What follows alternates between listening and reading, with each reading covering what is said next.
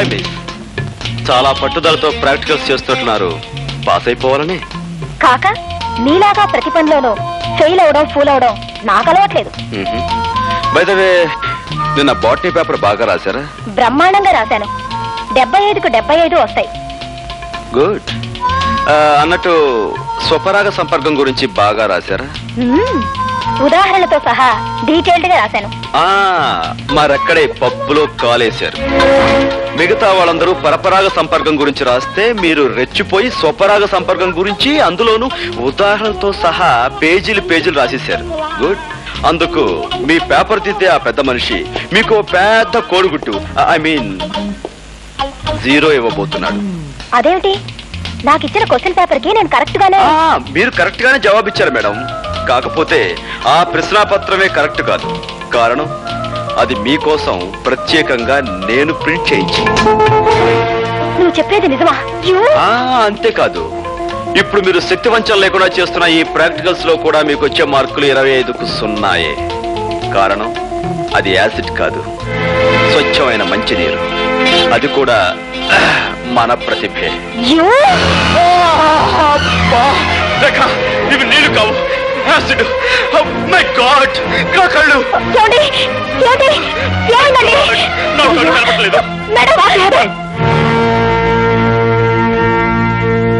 తగలడు. Boss, ఇదిగో బాగా నటించి మంచి పేరు తెచ్చుకో. చూపిస్తాను తడాక. డాక్టర్, ఎలా ఉంది డాక్టర్? ఏమైంది డాక్టర్? అంటే పోయిందమ్మా. ఏం పోయింది? చూపు పోయింది. My God. అది కాన్సన్ట్రేటెడ్ యాసిడ్ కాకపోవడం వల్ల మొహం మాత్రం కాలిపోకుండా మిగిలింది. అది అదృష్టం అని చెప్పాలి. అంటే అతనికి ఇంకా చూపు వచ్చే మార్గమే లేదా? ఓ 15 రోజుల్లో ఢిల్లీ నుంచి డాక్టర్ ధైర్యం అని ఐ స్పెషలిస్ట్ ఒకతను వస్తున్నాడు. ధైర్యం వస్తే భయం లేదు. అతనికి చూపు వస్తున్న ధైర్యం నాకుందమ్మా. అతను ఒకసారి చూడొచ్చా? వెళ్ళమ్మా, ఆ భాగ్యం ఓదార్చు. వెళ్ళు.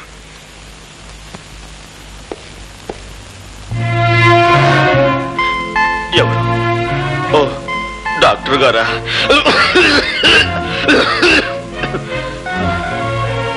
డాక్టర్, ఈ సమయంలో నాకేమనిపిస్తుందో తెలుసా? నా కంటి ముందున్న ఈ నల్లటి కాటుకు లాంటి చీకట్లో ఒకదానికొకటి తేడా తెలియక తాడుకి పావుకి, పావుకి తాడుకి, లంగాకి లుంగీకి, లుంగీకి లంగాకి, పెసరట్టుకు దోశకు, దోశకు పెసరట్టుకు, చీకటికి వెలుక్కి, వెలుక్కు చీకటికి తేడా తెలియక నా బ్రతుకంతా అతుకుల బతుకై, గతుకులు అతుకై. డాక్టర్, మీరు వెక్కెక్కి ఏడుస్తున్నారు. ఇదేం డాక్టర్, ఉందా లేదా అన్నట్లుగా ఉందేమిటి మీ నడు? నేను రేఖని, నన్ను మన్నించండి. ఇందులో మీ తప్పే ఉందండి. ఆ భగవంతుడు నన్ను చీకట్లో బ్రతకమని నోట్బుక్ లో రాసినట్టుగా నా నుదుటి మీద రాశాడు. విధి బలీయమైంది. ఎవరేం చేయగలరు? ఏది ఏమైనా మీ చూపు పోవడానికి కారణం నేను. నాకు ఏ శిక్ష విధించినా తప్పు లేదు. రేఖ, అలా అనకండి. చూపు పోయినందుకు నేనేమీ బాధపడటం లేదు. కాకపోతే చూడలేని నన్ను నా కన్న వాళ్ళు చూడటం జరిగితే వాళ్ళు గుండె పగిలి చస్తారు. అలా జరిగిన నాడు నేను గుండె పగిలి చస్తాను. ఈ గుండె పగిలే కార్యక్రమాలు తలుచుకుంటూ ఉంటే ఇప్పుడే నా గుండె. చూడండి, ఒక 15 రోజుల్లో ఐ స్పెషలిస్ట్ వస్తున్నారట. ఆయన కళ్ళు ఆపరేషన్ చేసి మీకు తప్పకుండా చూపు తెప్పిస్తారు. అంతవరకు నేను ఇంటికి వెళ్ళలేదు. ఈ హాస్పిటల్ వాతావరణంలోనూ ఉండలేను. ఇప్పుడు నేను ఎలా? ఇక్కడ నా స్నేహితురాలు ఇల్లు ఒకటి ఉంది. ఆమె ప్రస్తుతం ఊళ్ళో లేదు. అక్కడ ఉందరు గాని. కానీ రేఖ, ఈ కళ్ళు లేని కబోది ఒంటరిగా ఆ ఇంట్లో ఎలా ఉండగలడు? ఎలా బ్రతకగలడు? ఎలా జీవించగలడు? గోపి గారు, జరిగిన తప్పుకు కారకురాల్ని నేను. కనుక మీకు చూపొచ్చే వరకు మీకు తోడుగా ఉండి మిమ్మల్ని భద్రంగా నేను చూసుకుంటాను. రేఖ, నువ్వు ఐఎమ్ సారీ రేఖ. నీ చేతులు అనుకుని అక్కడ చేయి వేశాను. తీరా వేసాక తెలిసింది నేను ఎక్కడ వేశాను. తప్పుగా అనుకోవు కదా? అనుకోలేండి. రేఖ, నువ్వు నిజంగా దేవతవి. దేవతవి. రండి వెళదాం.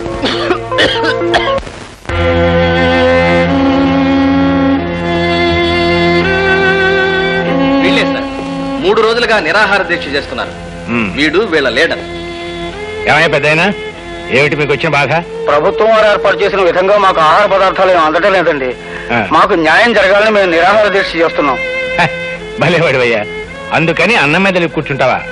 మీ కష్టం సుఖం చూడటానికి కదా నేను ఇక్కడుంది. మీకు న్యాయం జరిగేటట్టు చూసే బాధ్యత నాది. పద రాబోయే అన్ని విషయాలు ఆఫీస్లో మాట్లాడుకుందాం. లే లోపల పద.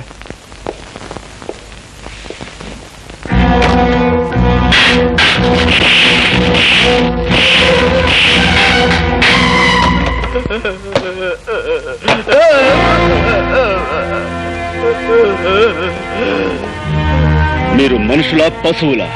ఏమిటది? రక్తం వచ్చేలా కొడతారా? అనవసరంగా అభండాలు వేయకు. అతను లోపల తీసుకువెళ్ళాం. శాంతంగా జరిగింది ఏమిటి అని ప్రశ్నిస్తున్నాను.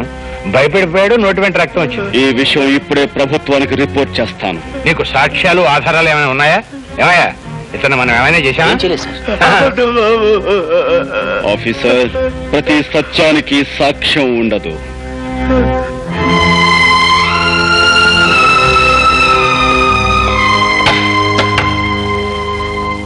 నువ్వు నీ అబ్బకే పుట్టావంటానికి సాక్ష్యం ఉందా ఆఫీసర్?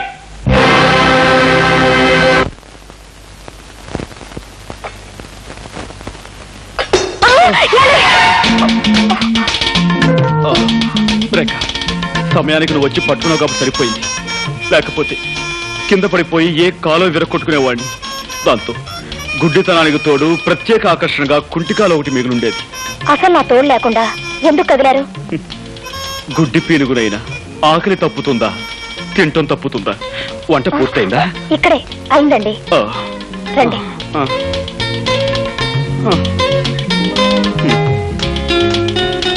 అయ్యో గుడ్డి వధవని మళ్ళీ కిందతో పడేశాను.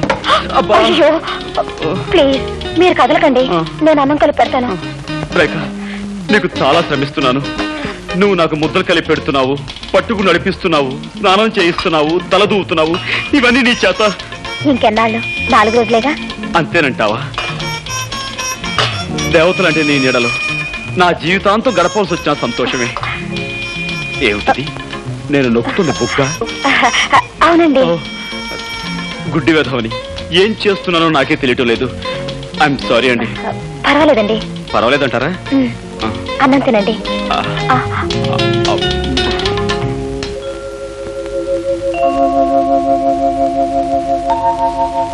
ఏమండి? ఏమిటి? మీరు అక్కడే కదలకుండా కూర్చోండి, నేను ఇప్పుడే స్నానం చేసి వస్తాను. అలాగే రేఖ.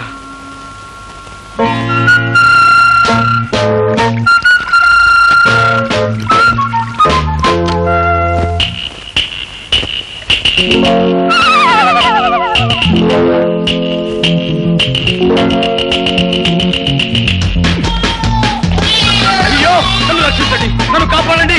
ఏమండి? అయ్యో హెల్ప్ హెల్ప్ హెల్ప్. ఏమండి నన్ను రక్షించండి, నాకు చాలా భయంగా ఉందండి. ఏమండి? ఏదో మీద పడిందండి, మెత్తగా దూదు బూట్ల మీద పడేసరికి నా గుండె అదిరిపోయిందండి. అందుకే మిమ్మల్ని కేకేశాను. ఇంతకీ ఏమిటండి అది? పిల్లండి, ఏ బల్ల మీద నుంచో మీ మీద దూకుంటుంది. పిల్ల? దాని కారణంగా మిమ్మల్ని కంగారు పెట్టాను. ఏమండి ఏమిటండి ఇదంతా తడితడిగా ఉంది? సబ్బు. సబ్బా? అంటే మీరు సగం స్థానంలో ఉండగా పిలిచానా? అయ్యో మిమ్మల్ని చాలా ఇబ్బంది పెట్టాను. ఐఎమ్ సారీ రేఖ. పర్వాలేదండి. గుడ్డి కళ్ళు గుడ్డివైనా సబ్బు పడితే మండుతాయి కదా. అమ్మా, సబ్బు పడి కళ్ళు మండుతున్నాయి. ఏమండి? సారీ. ఇదో రండి, కళ్ళు కడుగుతాను. అలాగేనండి.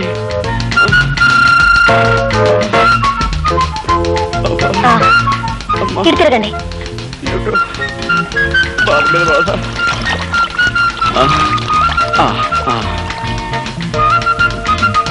అది షాంపూ అండి. ఏమండి మీరు తలంటి పోసుకోలేదా? లేదండి. అయ్యో ఇదేమిటండి, శ్రావణ శుక్రవారం పూట ఆడపిల్లలు తలంటి పోసుకోపోవడం ఏమిటి? ఉండండి. వద్దండి, వద్దు. ఏమండి, ఒక గుడ్డివాణ్ణి తీసుకొచ్చి మీరు ఇన్ని సేవలు చేస్తున్నారే, అలాంటి మీకు కనీసం ఇదైనా చేయనియండి. ఇలా చేసైనా సరే మీ రుణం తీర్చుకోనివ్వండి. ఏమండి, ఈ కళ్ళు లేని కబోదు గురించి మీరు సంకోచిస్తున్నారా? ప్లీజ్ ఎక్కడైనా సెటిల్ అవ్వండి. రండి. ఏమండి? Thank you.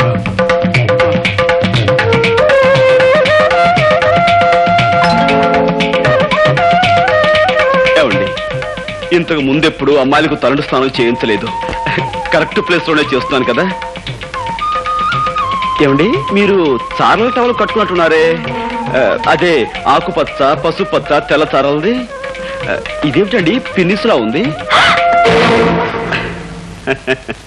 బుజ్జిముండా, పందెం కాసి నన్ను 3 సార్లు వెర్రి వ్యధం చేస్తావా? ఏ తండ్రి కూతురుతో చెప్పుకోలేని నా ఛాలెంజ్ ఏమిటో తెలుసా? నీకు ఈ విధంగా తలంటు స్నానం చేయించడం. అంటే మీకు అంత కనిపిస్తుందా? ఆహా, ఇన్నాళ్ళు అన్ని 3D ఎఫెక్ట్ లో చూస్తూనే ఉన్నాను. Don't get excited.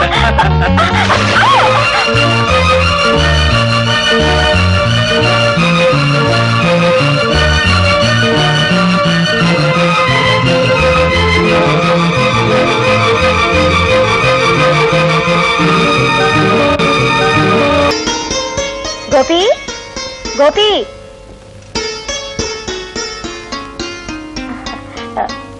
గోపి గారు లేరా అండి? లేడమ్మా. నువ్వెవరు? నేనా? నేను అతని స్నేహితుడు.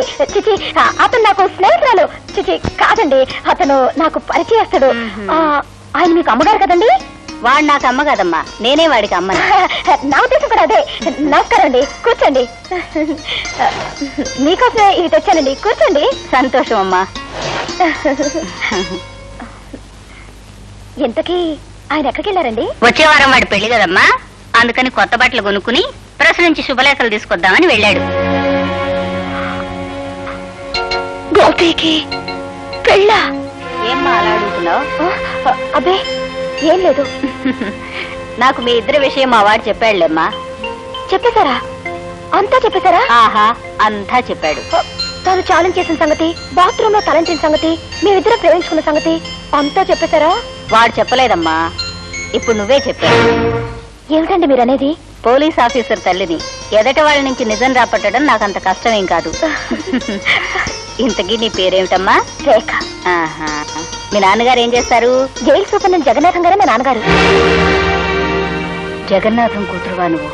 ఏమిటి అలా అడుగుతున్నారు? అబే ఏం లేదమ్మా. ఎందుకమ్మా నిజం దాచాలని ప్రయత్నిస్తావు?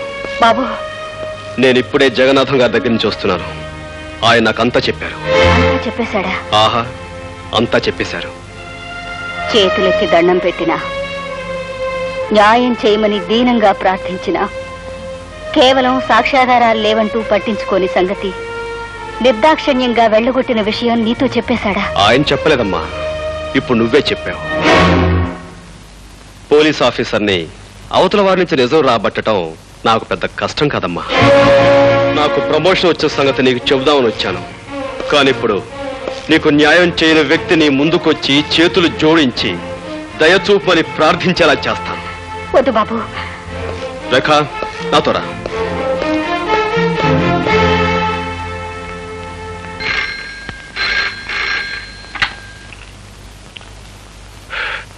Yes Jagannatham here. ఎవరు? ఇన్స్పెక్టర్. ఏమిటి విశేషం? వాట్? నమ్మలేకపోతున్నాను. ఒక ఆడపిల్ల ఒక మగాన్ని రేపు చేయడమా? ఎలా కుదురుతుంది? కుదిరిందని అతను కంప్లైంట్ ఇచ్చాడు, చేశారని ఆ పిల్ల ఒప్పుకుంది. మధ్యలో మీరెందుకండి అనవసరంగా బీపీ తెచ్చుకుంటారు? పీపీ గారు, బాబు, ఇవి నక్షత్రాల్లో ఉన్నాయి. డాక్టర్, ఆమె నా మానాన్ని అతి దారుణంగా దోచుకునే సమయంలో ఆమె చేతుగోళ్లు నా భుజంలోకి దిగపడ్డాయి. కావాలంటే నా పేకి మీద చూడండి, దంతక్షతాలు కూడా ఉంటాయి. కొరికిసిందా? అవును డాక్టర్, పెళ్లి కావలసిన వాణ్ణి, ఆస్కలిత బ్రహ్మచారిని, నీకు తమ్ముళ్ళంటి వాణ్ణి నా మానాన్ని దోచుకోవద్దని ఎంత బ్రతిమిలాడినా, ఎంత ప్రాధేయపడినా ఆమె నా మాట వినిపించుకోకుండా. ఆడపిల్ల మగవాణ్ణి రేపు చేయడం ఏమిటయ్యా? చాలా విచిత్రంగా ఉందే. అదెలా సాధ్యం? ఎలాగంటే ఆ సృష్టికార్యం జరగడానికి నువ్వు సంసిద్ధుడు అయ్యావు అంటే నీకు స్పందించే ఉండాలి మనస్సు. నువ్వు సంసిద్ధుడు కాకపోతే ఆ సృష్టికార్యం జరగదనే చెప్పాలి. నువ్వు సంసిద్ధుడు అయ్యి ఆ కార్యం జరిగిందంటే అది బలాత్కారం కింద రాదే. లాయర్ గారు, అరిటాకులు అంటే నా జీవితాన్ని ముళ్ళు లాంటి ఆడపిల్ల ముక్కలు చెక్కలు చేసిన తర్వాత కూడా మీరు ఇలా మాట్లాడడం చాలా అన్యాయం. ఇన్స్పెక్టర్, మీరు ఫోన్లో చెప్పిన నిజానా? అవును సార్, పట్టపగలు పార్కులో మీ అమ్మాయి గారు ఆయన్ని మానభంగం చేశారండి. What rubbish talking? అయ్యా, ఈయన భుజాల మీదున్న నక్షత్రాలతోనూ ఈయన పీక మీదున్న దంతక్షతాలతోనూ మీ అమ్మాయి గోళ్ళు పళ్ళు పరికించి చూడగా ఎంత ట్యాలీ అయితే మాత్రం అమ్మాయి అబ్బాయిని రేపు చేయటం సార్, నీకే నాలాంటి పెళ్లికి ఎదిగిన కొడుకుండి వాడు అతి దారుణంగా బలాత్కరించబడి ఉంటే అప్పుడు మీకు తెలిసొచ్చేదండి. పెళ్లి కాని పవిత్రమైన అస్కలిత బ్రహ్మచారిని ఇలా పాడైపోతే తలెత్తుకుని ఎలా తిరిగేది, సమాజంలో ఎలా బ్రతికేది?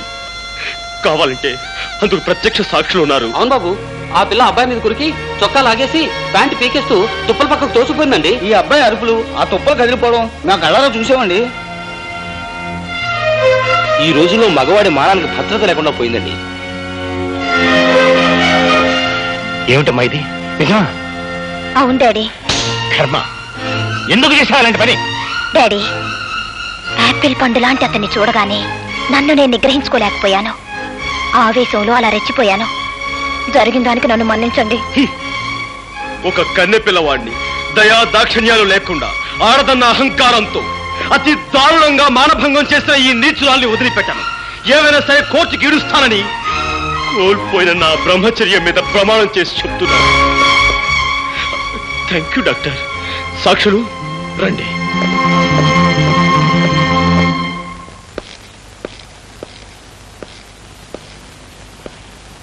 గోపి,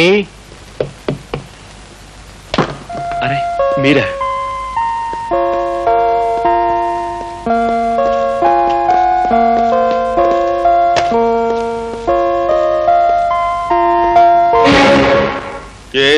చెప్పండి. అదే బాబు, అమ్మాయి మీద నువ్వు ఇచ్చిన కంప్లైంట్ విత్డ్రా చేసుకుంటే. దాందే ఉందండి, నేను విత్డ్రా చేసుకుంటాను.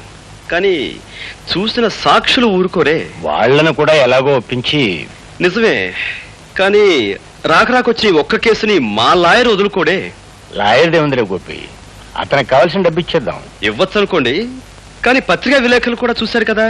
నువ్వు ఒప్పుకుంటే నేను ఒప్పుకోను కదా. గోపి, నీ మాటలను బట్టి చూస్తుంటే నన్ను ఎలాగైనా బజారు కొలాగాలనుకుంటున్నావని అర్థమవుతోంది.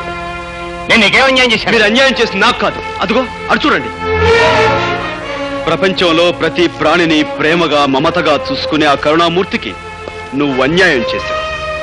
20 సంవత్సరాల క్రితం చట్టానికి ప్రతినిధిగా ఒక పల్లెటూళ్ళలో నువ్వు పనిచేస్తున్నప్పుడు దీనంగా నీ ముందుకి స్త్రీ వచ్చింది. మోదుబర్ల దౌర్జన్యం నీతో చెప్పుకుని న్యాయం చెయ్యమని, తనని కాపాడమని కన్నీళ్లు పెట్టుకుంది.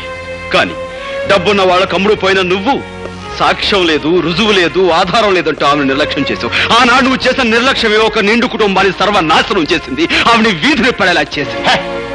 నేను ఎక్కడో ఎప్పుడో సబ్ ఇన్స్పెక్టర్ గా ఉన్నప్పుడు 1,00,000 కేసులు వచ్చుంటాయి. ఇవన్నీ ఎక్కడ గుర్తుంటాయి? మిస్టర్ జగన్నాథం, నేను చెప్తున్నా నా తల్లి గురించి. కేవలం సాక్ష్యం లేదన్న కారణంగా ఆమెను నిర్లక్ష్యం చేసి అన్యాయం చేశావు. అందుకు ఇప్పుడు నువ్వు ఆమెకు క్షమాపణ చెప్పుకోవాలి. చెప్పకపోతే నీ కూతురు మీద కేసు వేస్తాను, కోర్టుకు లాగు. బాబు, ఏమిట్రా ఇది? ఆయన నీ పై అధికారి, ఆయనతో నువ్వు ఇలా ఘర్షణ పెట్టుకుంటే ఎలా? అమ్మా, ఈయన పై అధికారే కావచ్చు, ప్రెసిడెంట్ ఆఫ్ యునైటెడ్ స్టేట్సే కావచ్చు, కానీ ఇక్కడ అన్యాయం జరిగింది నా తల్లికి. బ్రహ్మరుద్రాలు దిగొచ్చినా సరే ఈయన క్షమాపణ చెప్పుకుని తీరాలి. All right.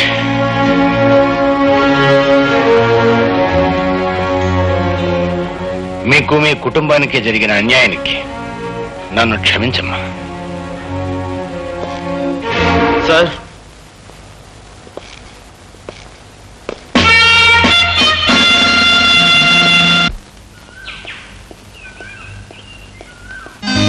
ఏంటిది బలిలాగా? బల్లిలా కాదు పిల్లోడా, ఈ దేశం ఎలాగో నా మీద రేపిస్టని ముద్ర వేసింది. ఇక నాకు ఈ జన్మలో పెళ్లి కాదు. కనీసం నిన్నొక్కసారన్నా రేప్ చేస్తే ఆ తృప్తైనా మిగులుతుంది. ఏంటి, నువ్వు నన్ను రేప్? ఏమిటి, కొంపదీసి నిజంగా రేప్ చేస్తావా? అవును, ఇక్కడే ఇప్పుడే.